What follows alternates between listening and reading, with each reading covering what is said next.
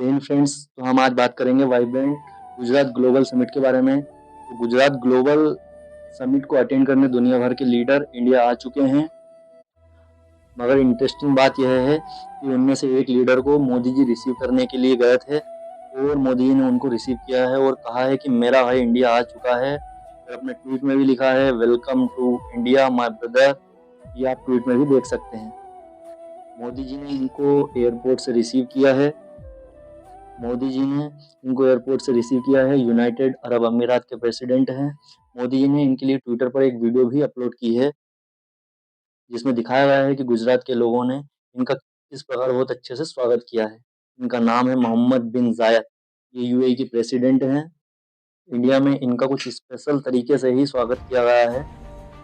यह सब इसलिए भी किया गया है क्योंकि वाइब्रेंट गुजरात ग्लोबल समिट के अलावा I2U2 ग्रुप है।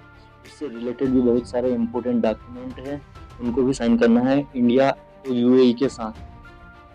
हम अगर वाइब्रेंट गुजरात ग्लोबल समिट की बात करें तो यह 2 साल में एक बार होती है और इस समिट का मेन फोकस होता है इंडिया में ज़्यादा से ज़्यादा इन्वेस्टमेंट कैसे लाया जाए।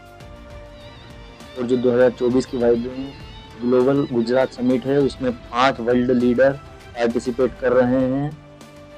इस समिट में भारत के प्रधानमंत्री नरेंद्र मोदी जी, यूनाइटेड अरब अमीरात के प्रेसिडेंट मोहम्मद बिन जायद, मोजाम्बिक के प्रेसिडेंट न्यूसी, चेक रिपब्लिक के प्राइम मिनिस्टर पीटर फेलियो और ईस्ट तिमोर के लीडर और कई कंट्री के विदेश मंत्री भी भारत आ चुके हैं और इस समिट में शामिल हो चुके हैं। जैसे ही यह समिट खत्म होगी उसके बाद ही पता चल पाएगा कि भारत में कितना इन्वेस्टमेंट आया है। जो वाइब्रेंट गुजरात ग्लोबल समिट है उसकी थीम है गेटवे टू द फ्यूचर, इस सदी दुनिया का फ्यूचर। और इसमें मोदी जी ने यह भी कहा है कि दुनिया का फ्यूचर सभी के प्रयास से ही उज्जवल बनेगा।